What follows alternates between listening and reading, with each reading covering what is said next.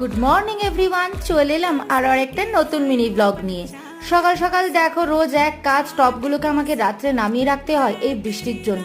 এত জোর বৃষ্টি হয় যে মাটির মধ্যে পড়ে সেই মাটির ছিটকে নিচে ভর্তি হয়ে যায়। তো চলো টপগুলোকে ওপরে তুলে নিলাম, ওয়াশিং মেশিনও চালিয়ে দিলাম। তারপরে চটপট একটু বাসি ঘরটা ঝাড়ু দিয়ে নিলাম, নিয়েই সিঙ্কটাকে একটু পরিষ্কার করে নিলাম, একদম চকচকে করে নিয়েছি।